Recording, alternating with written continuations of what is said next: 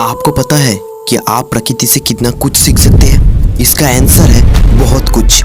Eagle पंछियों का राजा 70 साल जीता है ये पंछी, पर हर ईगल के जिंदगी में 40 साल की उम्र में एक ऐसा समय आता है जब उसका चोंच पूरा बेंट हो जाता है, आगे से सॉफ्ट हो जाता है और उसके जो पैरों के नाखून होते हैं वो टेढ़े हो जाते हैं। उससे वो शिकार पकड़ नहीं सकता। पंख इतने भारी हो जाता है कि वो शरीर से चिपक जाता है, उड़ नहीं सकता वो। उस समय ईगल अपने जिंदगी में क्विट कर ले तो वो मर जाएगा, क्योंकि वो शिकार नहीं कर सकता। वो शिकार कर ले तो वो शिकार को खा नहीं सकता, उसके बाद वो आसमान में नहीं उड़ सकता। पर प्रकृति हमें सिखाता है ईगल कभी भी ये नहीं करता। ईगल अपने इलाके के सबसे ऊंची चोटी में पहुंच जाता है और वहां पर पहुंच के पत्थर में अपने चोंच को मारता रहता है। दर्द बहुत होता है उसको, खून से लथपथ हो जाता है, पर फिर भी वो मारता रहता है, क्योंकि उसको पता है कि जब तक वो अपने पुराने चोंच को नहीं तोड़ देगा, प्रकृति उसको नया चोंच नहीं देगा। उसी तरह से उसके जो पैरों के नाखून होते हैं,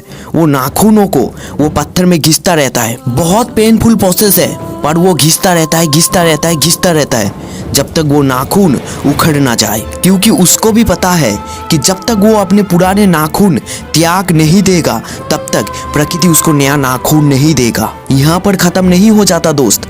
जब उसके बाद ईगल के पास अपना नया चोंच आता है, उसके बाद उस नए चोंच से वो अपने जिस्म के एक एक पड़ को तोड़ता है।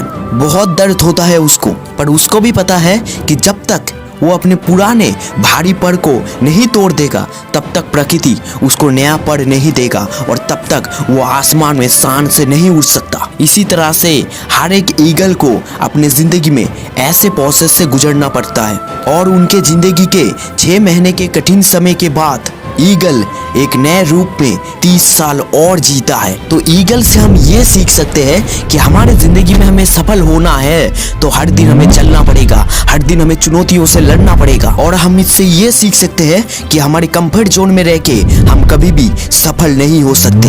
हमें हमारे कंफर्ट जोन को छोड़ना पड़ेगा, तभी हम हमारी जिंदगी में सफल हो सकते हैं। इसलिए दोस्त, आज आपको इस दुनिया में सफल होना है तो ऐसे हजारों सैक्रिफाइस आपको करना पड़ेगा, ऐसे हजारों चुनौतियों से आपको लड़ना पड़ेगा, तभी जाके आप इस दुनिया में सफल हो सकते हैं। और मुझे पता है कि आप सफल होंगे। तो जाने से पहले जो मेरे को मोटिवेट करता है और आपको भी करेगा, एपीजे अब्दुल कलाम जी का एक कोट, सपना वो नहीं होता जो तू सोते हुए देखता है, अरे सपना तो वो होता है जो तुझे सोने नहीं देता।